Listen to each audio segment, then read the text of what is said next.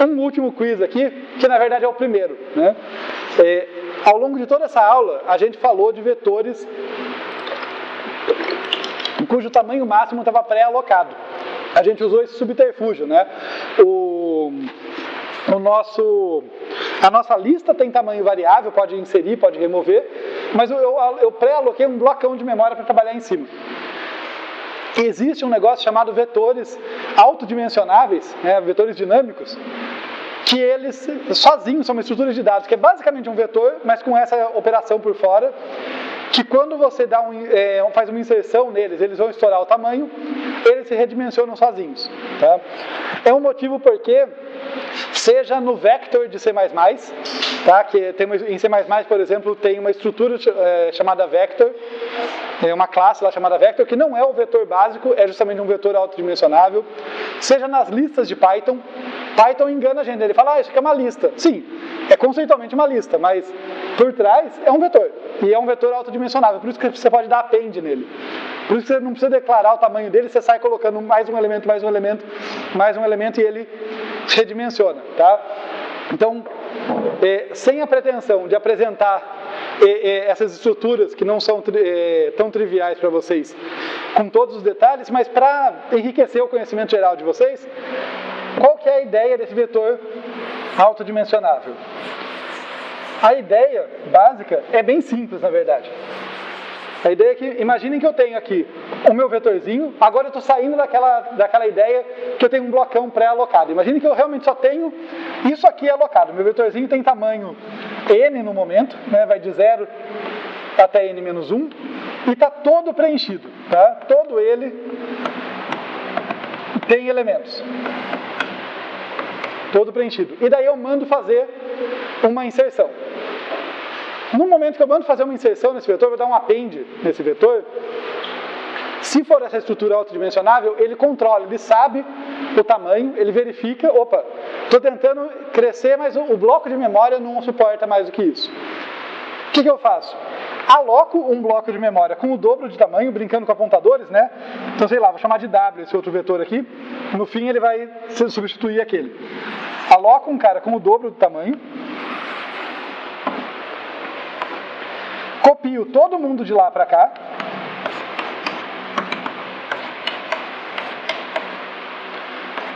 Então, todos os elementos que estavam lá vêm para cá. E insiro o novo elemento, sei lá.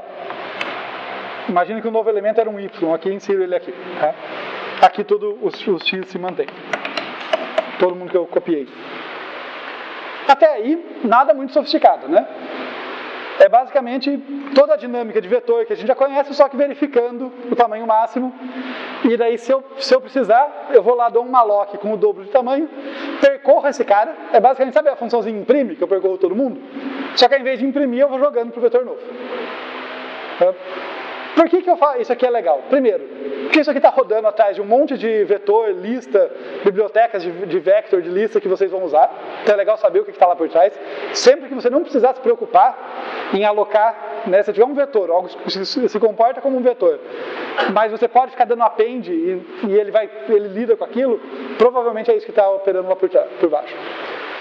Segundo, bizarramente, essa estrutura é extremamente eficiente. Porque é muito fácil você olhar para isso, não sei se foi a impressão que vocês tiveram, mas é muito fácil olhar para isso e falar, poxa, esse vetor deve ser muito ineficiente. Né? Porque de tempos em tempos ele tem que copiar tudo. Concorda? O que dá uma impressão ruim. Né? A inserção que custava, né, mesmo a inserção no final, que custava tempo constante, se eu olhar para aquela inserção que causou isso aqui, ela custou O de N, né? Porque eu tive que recolocar todo mundo. Então, o que eu acho que tem de bonito aqui, eu não vou fazer análise formal, mas eu vou só dar ideia para vocês, é que isso aqui é extremamente eficiente, e o motivo é que o custo é amortizado por todas as inserções. Então, realmente, só para dar uma ideia para vocês, né, e um primeiro contato com um negócio chamado análise amortizada, né, quando você distribui um custo por um monte de operações. Se eu pensar nessa inserção do Y, ela realmente tem um custo muito alto. Mas não vamos colocar a culpa no Y, coitado do Y. O Y só foi um azarado, porque concordam que quem lotou o vetor foi todo mundo que veio antes. O Y não é mais responsável do que a galera que veio antes. Né?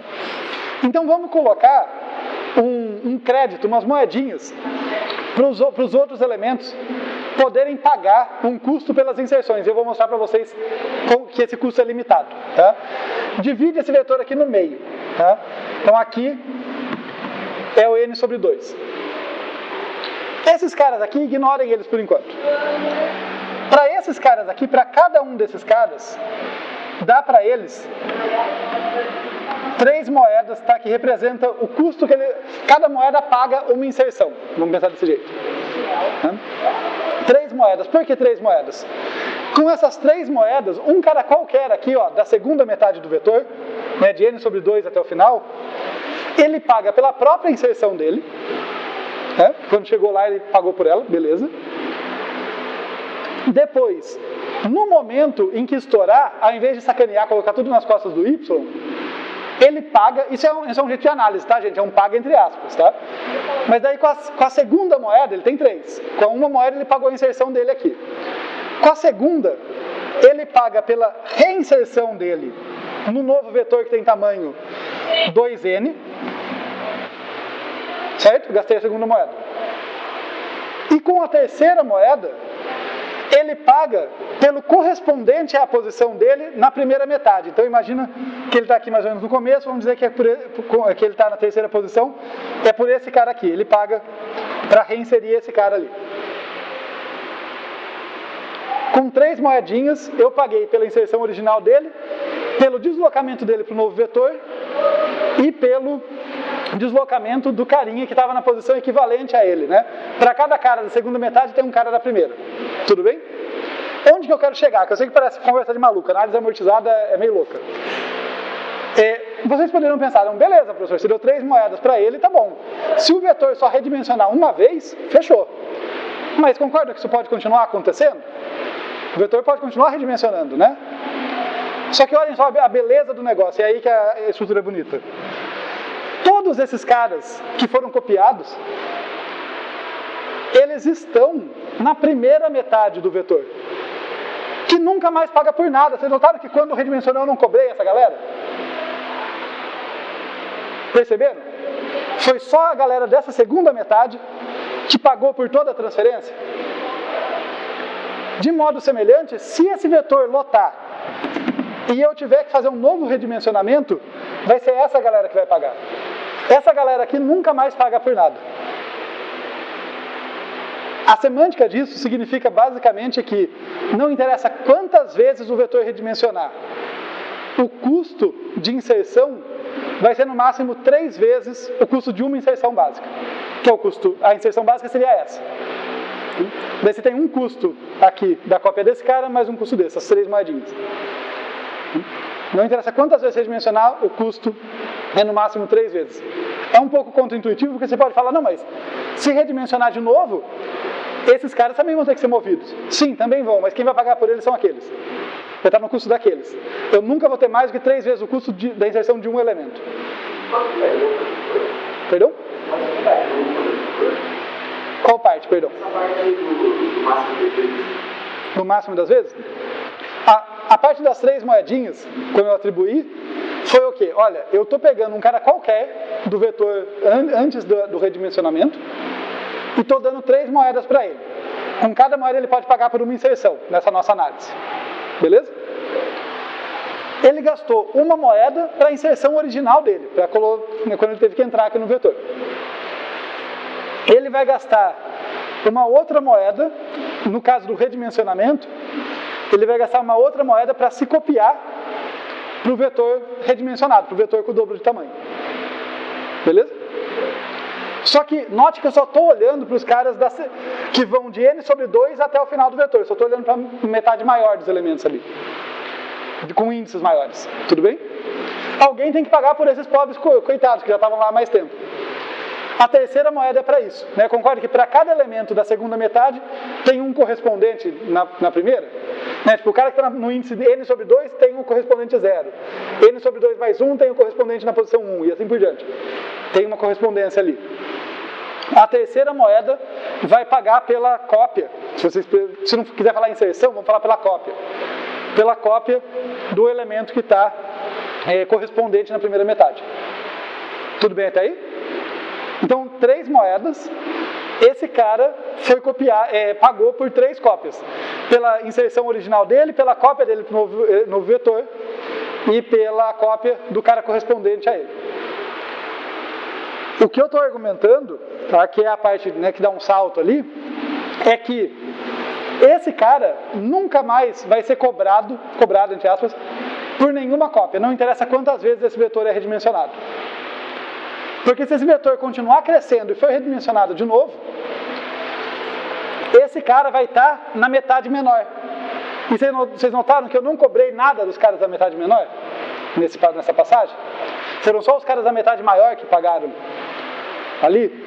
Então isso quer dizer que se eu atribuir um custo de 3 vezes o custo de uma inserção, o custo de uma cópia, por elemento, o custo total ali por elemento, não interessa quantas vezes o meu vetor é redimensionado, vai ser no máximo 3 vezes o custo de uma inserção, o custo de uma cópia, vezes o número de elementos totais.